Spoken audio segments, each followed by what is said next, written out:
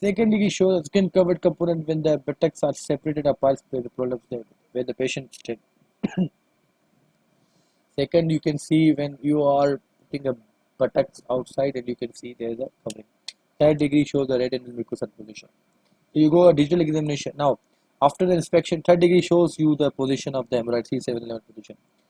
So you can see, you can diagnose your by yourself. This is the hemorrhoids, and you can. After doing the inspection, you go for the DRE. This is internal hemorrhoids can't be felt, and usually thrombus or in the long standing coils, and should not apply per rectal examination. So, investigation. This is a sigmoidoscopy first. Sigmoidoscopy basically essential to exclude, co-exclude rectal pathology as a carcinoma polyps. Varium enema indicated when the sigmoidoscopy proctoscopy can explain the symptoms. So CBC anemia and varium in long standing piles. So investigation you go for the sigmoidoscopy is essential to exclude the exclude basically rectal any other rectal pathology. And varium enema basically indicated when the sigmoidoscopy or proctoscopy can explain the disease. Hemorrhoid. So the anal or rectal cancer, reticulated polyp, rectal polyps, anal fissure or fistula or hematoma is painful. So the hemorrhoids and the differential diagnosis of hemorrhoids is the anal or rectal cancer. There is a reticulated polyps, rectal polyps, and anal fissure, fistula or hematoma. Complications include anemia, strangulation, thrombosis, ulceration, gangrene, suppression, fibrosis. These all are the strangulation. What do you mean? What do you mean? What we mean for strangulation? When a prolapse spine becomes gripped by an external, so the external sphincter which grip the prolapse spine and cause the strangulation. So this causes a thrombosis. Thrombosis lead to ulceration because there is a ischemia, superficial ulceration of the exposed mucous membrane. The first degree hemorrhoid.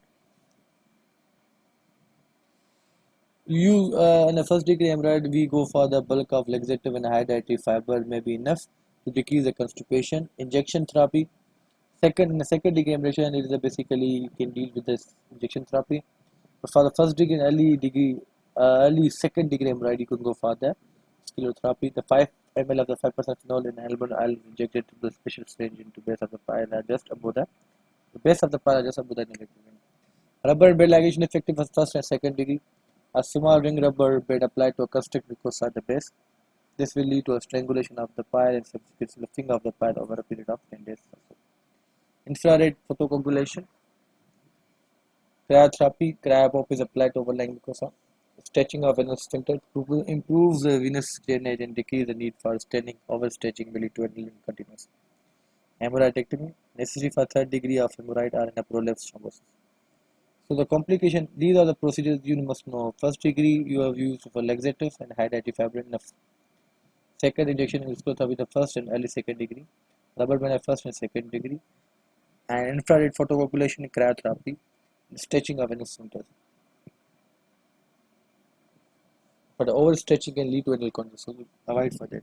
Hemorrhoidectomy, necessary for the third degree or prolapse hemorrhoidectomy. So the 8 procedures you must know about. Carcinoma of rectum. The 75% in the lower part of the rectal ampulla. Papillophorus are simple ulcer with everted edges. So there are the everted edges in the present in the lower part of the rectum. So 25% upper part of rectum annular in shape. 90% rectal cancer can be studied with the finger. So the 75% lower part of the rectal ampulla, there is an ampulla. 75% mostly occur, which cancer occur in the ampulla is called papillophorus or simple ulcer everted edges. 5% upper part of rectum annular in shape. 90% rectal cancer can be finger. So the microscopic appearance may be as follows: papillophorus ulcerating commonest tenosing rectosigmoid aqua. So macroscopically, like you can see the neck, the eyes through there is a papillophorus, the papillus ulcerating. Most common is ulcerating, stenosing is rectosigmoid and collide. 90% of adenocarcinoma. So the macroscopic appearance, 90% are the adenocarcinoma, 9% are collide. Adenocarcinoma with mucous protection, 1% anaplastic carcinoma. The anus stomach carcinoma occur, but the malignant tumor protruding through the anal canal more likely to be an adenocarcinoma of rectum, invading the skin. Rectal carcinoma is common in the middle and old age, 50-70 years, but it can occur in young adults. This is really common in both sexes.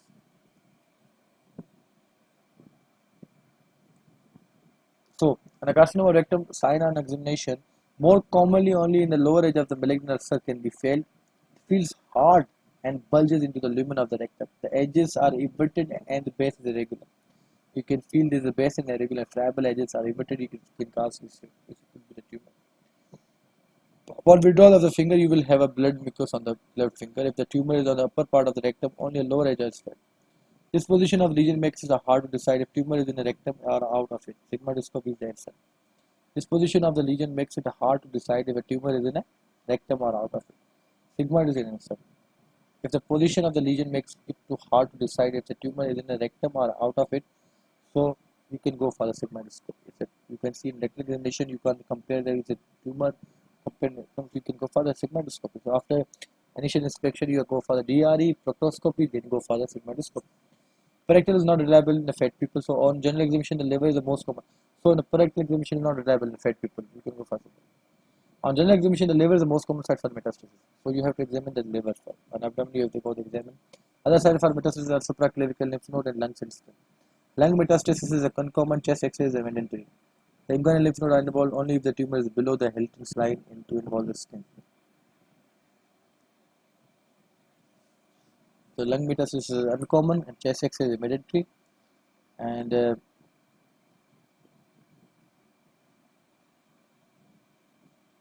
inguinal lymph node are involved only if the tumor is below the Hilton's line to involve the skin. So carcinoma of rectums go for the sigmoidoscopy to inspect and take a biopsy. Baremenema, the indication for these procedures, the growth which you can't appreciate on sigmoidoscopy. If a second tumor is suspected, if you are thinking about the synergetic tumor, you can go for the baremenema. Ulcerative colitis and family polyposis and other pathology you can suspect in another pathology with the tumors, you can go for the baremenema. Ultrasound abdomen to check a liver metastasis in the site only for the metastatic ascites.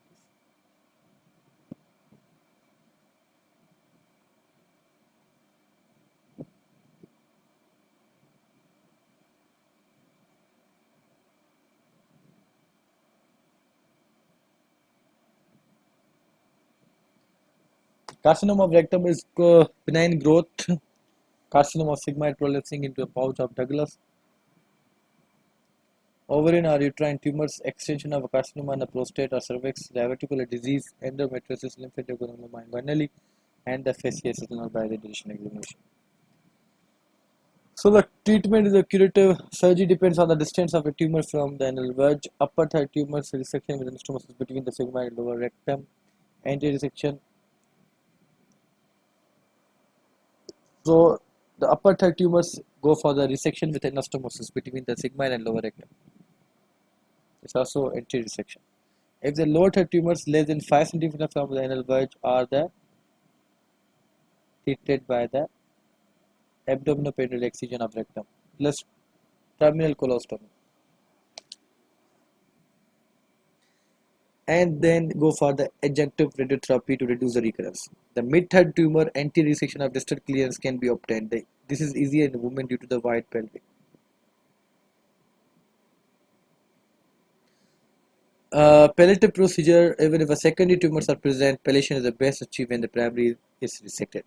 Colostomy is necessary for the intestinal obstruction, but this doesn't relieve the bleeding, restart, and trachea pain. In an appropriate cases, deep X-ray therapy, laser of the tumor may be given temporarily for the maybe cytotoxic drugs. Palliative procedure is dead procedure which will only help to palliate the patient, not to the definitive management. So diverticular disease. Now the diverticular disease may present in one of the following manners: chronic left side abdominal pain, change in the bowel habits, acute abdominal symptoms, rectal bleeding, acute massive and fresh blood. The elderly patient with the disease is present with a little fat, lower abdominal pain, desire to defecate, and when the appetite pass, large volume of fresh blood and clots. The patients are rarely shocked and don't require transfusion. It is diagnosed via very many mind colonoscopy.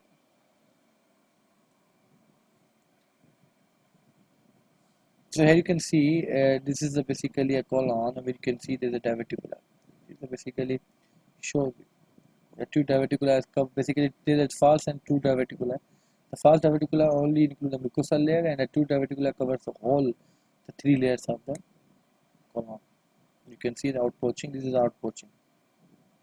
These are the outpoaching. You can see in a very minimum. So fistula and ano. A fistula is a tract lined with epithelium or granulation tissue connecting to epithelial surfaces. It may be connected to body cavities or one cavity in the body external surface. A fistula in ano connects the lumen of the rectum or anal canal with the external surface. It is usually lined by the granulation tissue. Perianal hematoma. It is not a true hematoma but the hermosis of vein in the subcutaneous plexus. Pain is usually due to the tension. It begins gradually increasing in severity over a few hours and subsiding gradually over a few days. It is a continuous made worse by sitting, moving, and defecating. Localized lump.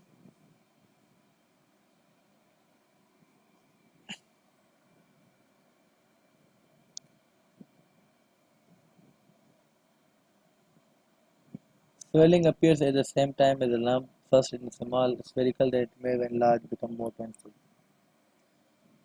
This happens only if the lump bursts. Bleeding basically when happens. Lump bursts, skin over the lump ulcerates. The skin around the lump is itchy and moist.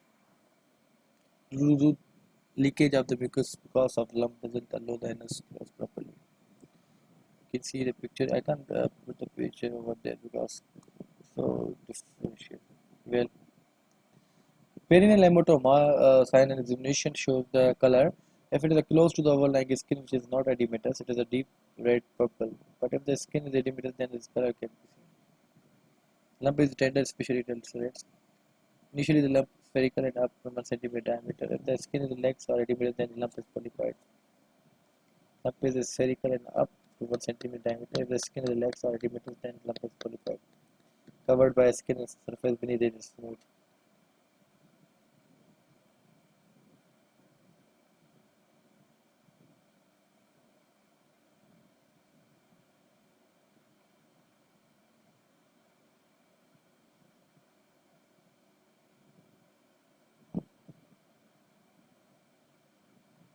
Solid, hard, and hemispherical mass.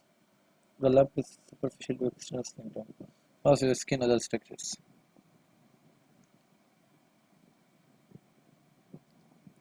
So,